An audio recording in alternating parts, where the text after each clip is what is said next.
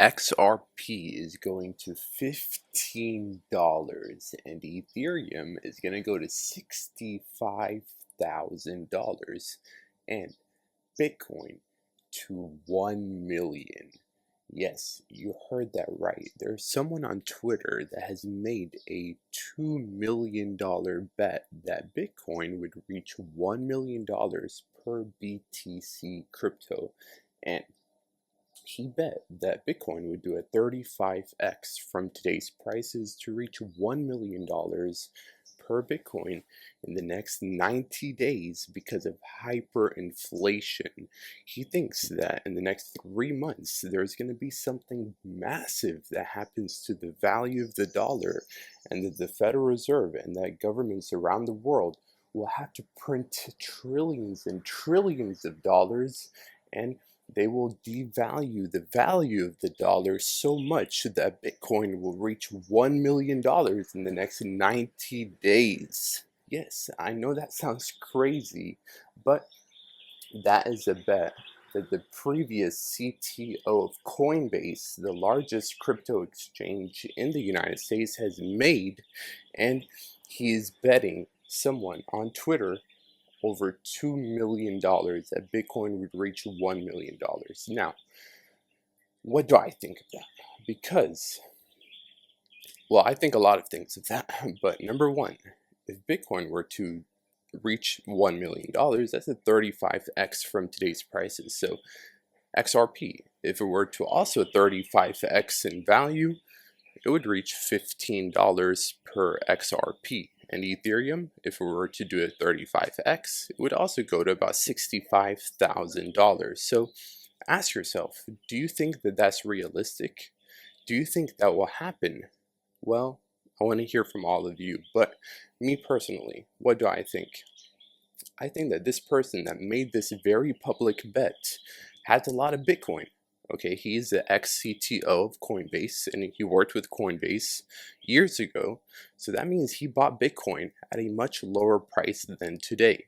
So it's a perfect marketing scheme for him. Okay, this is a perfect marketing strategy for this guy. I think his name is Balahi or Bahali.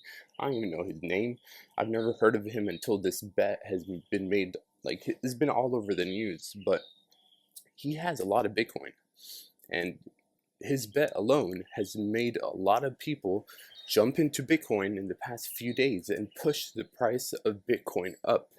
So I think he's trying to literally pump Bitcoin by himself with this big bet. And even if he loses his bet of $1 million, $2 million, he's going to make much more money just by the Bitcoin that he has. I'm sure he has hundreds of Bitcoin right now in his portfolio. So I really don't think that Bitcoin will reach $1 million, because let's say that the dollar hyperinflates and something happens crazy happens to the value of the dollar that causes Bitcoin to go to $1 million.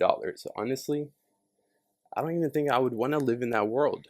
I don't. If that happens in the next 90 days, imagine how many people will be rioting, will be going to the streets, will be killing each other, will be hurting each other, will be stealing from each other because of the value of the dollar collapsing. So I don't even think I would want to live in that world, even though I would be rich. Now, don't get me wrong.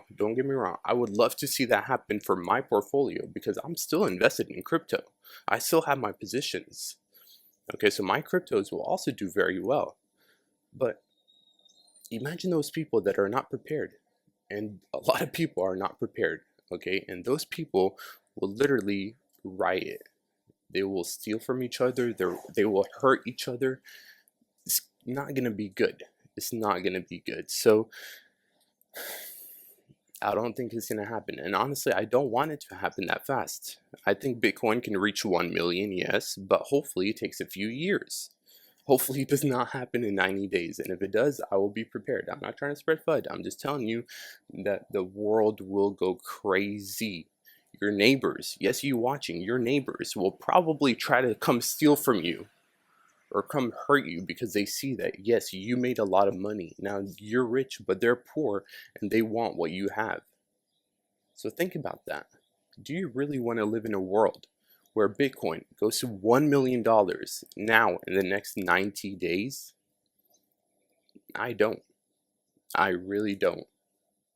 I'm not trying to spread FUD. I love cryptocurrency. I'm heavily invested in crypto, but also some of these people making these crazy bets probably are also all in on crypto and they don't have much stable coin left. So think about it from their standpoint. If you do not have any stable coin left, you don't have any more dry powder to buy at lower prices, what are you going to do?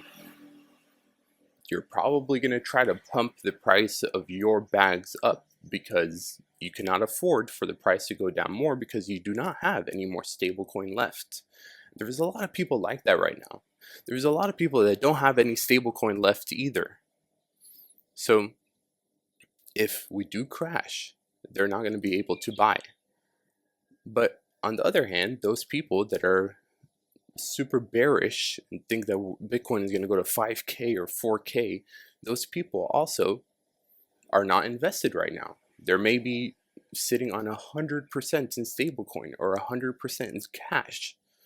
So that's why, let's say something crazy happens and we hyperinflate and the value of Bitcoin goes to $1 million in the next 90 days, make sure you're still invested today, right now, watching this video, so you make a lot of money. But let's say we do crash. Let's say we do go down in value, right?